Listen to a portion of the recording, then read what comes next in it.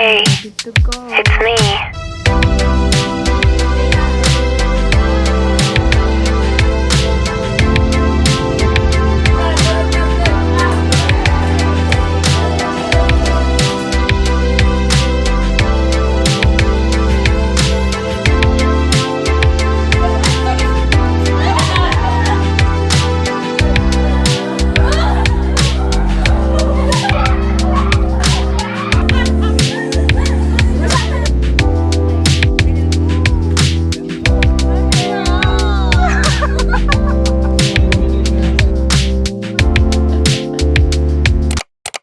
Good morning, y'all. Tsura ko. Sorry, ang pangit ng angle. Wala kasi ako stand. Naiinis ako sa itsura ko. Wait. Kasi na-allergy ako. May-windburns ako dito. May allergy ako dito sa eyes. Kaya tuloy niya parang namamaga yung eyes ko. I'm so frustrated. But, positive lang tayo.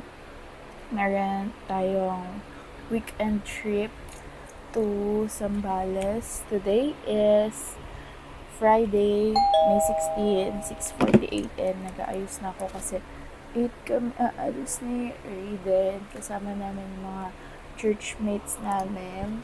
Overnight lang siya. And then, on Sunday naman is meron kaming run. Ano lang yan sa akin? 5K and run. Kay Raiden is 10 km. Sana mo-vlog ko rin siya. Nag-inom naman na ako ng gamot, pero naiinis pa rin ako sa magana eyes ko. Hopefully, mawala siya later. We're ready to go. Fit check before tayo umalis. Dress is from TikTok shop. Sandals from Celine. And then, bag Goyard. Di yan totoo. Fake yan. Huwag kayo magpapalinda. Sa Facebook ko lang to nabili. Hindi ko alam kung totoo or fake. Pero, ang mura kasi. Kaya, syempre, fake yan. Okay lang. Di nila malalaman. Okay. Nakaalis na tayo. At gutom na ako. Actually, pangalawang ulit ko na to. Kasi naka-slow motion pala yung una. At yung first snack of the day ay mababawasan na. Hindi ko na kaya ang aking gutom. So, may mga susunduin muna tayo. Sila Karen and Trisha dahil along the way lang naman sila. Before natin puntahan yung pagrerenta natin ng car. So, nag-rent tayo ng isa pang car kasi medyo madami kami. So, expander yung isa nating hiniram para 7 to 8 seater. Maraming makakasakay. Nasa 17 pieces kasi kami na people.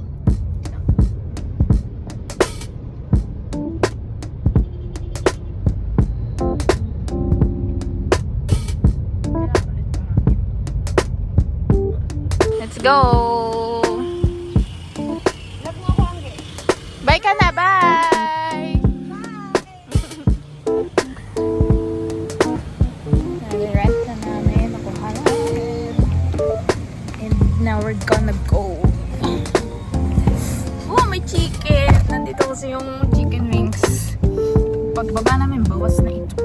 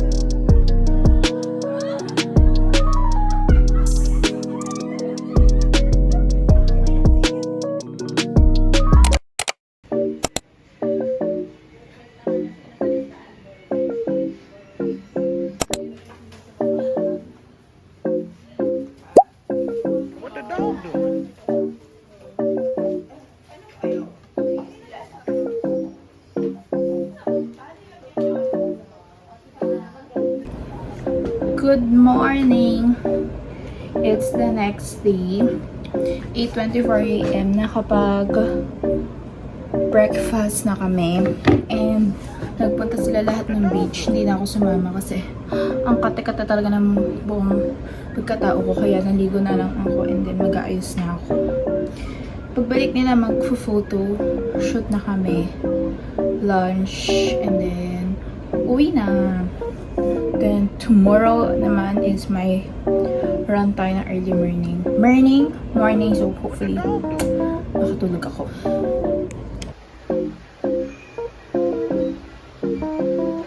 Holy cauldron. Holy cauldron. This was really misunderstanding. How did you get there?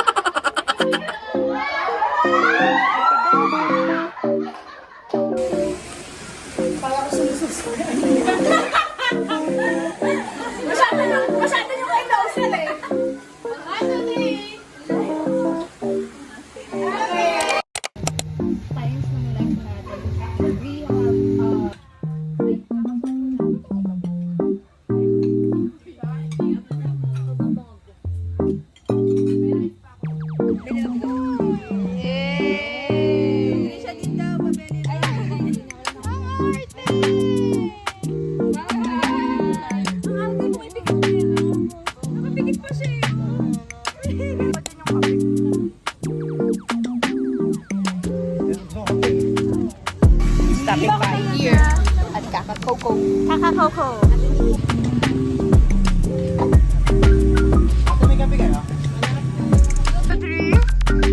Ano sasabi niyo?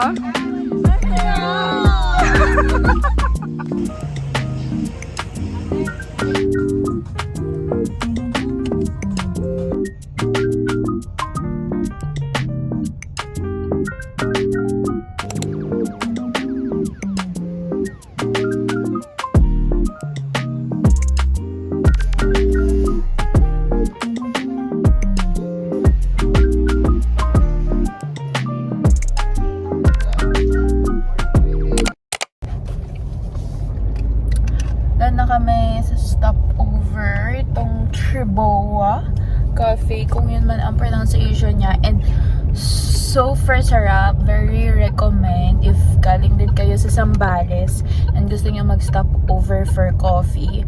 Dito siya sa may Subic Freeport Zone. So paglabas niyo ng Zambales, malapit na lang siya. Super sarap. Try niyo yung sea salt latte nila. Lagi akong one shot sa mga coffee ko. Pag espresso yung coffee, one shot lang lagi. And super perfect na yun. Actually, hindi ko alam if bakit laging 2 shots. Super tapak na for me ng 2 shots. Siguro, yung iba, yun yung preference nila. Uy, may magtatayo sa Starbucks. Diba? Nag-distract na naman ako. Ayun. And, karaniwan kasi sa mga coffee shops here sa Subic banda, ang mahirap sa kanila is yung parking. Diba, stricto nga dito sa Subic. So, syempre, ayoko nung kung saan kami nagpa-park. Mahirap na. Una kong tinitignan before ako maghanap ng coffee shop is if may parking ba, ganun, and all. First talaga is yung parking kasi ang hirap mag-park. So, today, hindi muna tayo uuwi kasi sabi ko nga, this is very productive weekend for us. Diretso tayo sa Pampanga, makikitulog tayo kaya Ate Cherish, my cousin, lagi may ganun eh, para for tomorrow na ating run sa Clark. Ayan, yun yung na-register ni Raiden for us. 5 km lang ako, sabi ko nga. And siya is 10 km. Very early yon in the morning. Sana kayanin ko. Kasi hindi talaga ako morning person. Pag maaga ako nagigising, grumpy, ganon, grumpy pag hindi hindi maayos yung sleep ko. Pero hopefully ma-excited ako. Kasi excited naman talaga ako. Pag excited naman ako sa pupuntahan, ayan, kahit hindi na ako matulog ka rin. And off we go. Siguro bibili lang kami ng mga kulang namin. May kulang ako kasi super dry ng lips ko. So na-misplace ko yung lip balm ko. So maghahanap ako sa mall ng lip balm. Kulang ito. Actually, nung nawala siya, ito talaga yung original na ginagamit ko. Itong DHC from Japan na pasabay. Kasi it's kulang pa din. Hindi siya super moisturized for me. Okay siya, pero yung lasting ng moisturize sa lips ko, mabilis lang. So, baka mabilis ko ito maubos. Nainis ako kasi bakit ang pricey ng lip balm sa Pilipinas? Pricey ng lip balm, pricey ng sunblock. Ay, or inflation lang talaga yun. Anyways, let's go na. What the dog doing?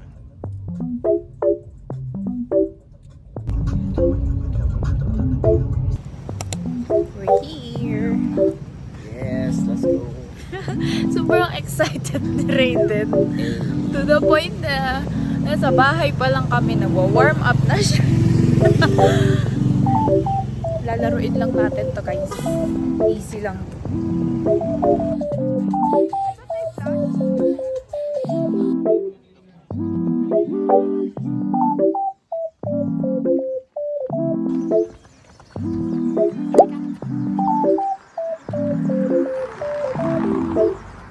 Ay, baka hindi naman What the dog doing?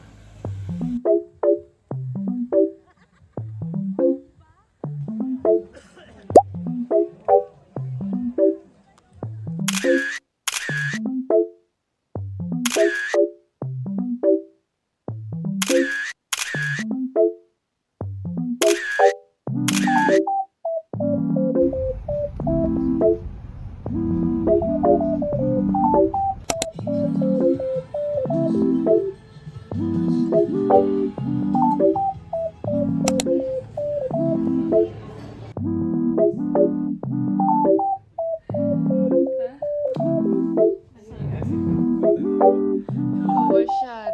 Double kill.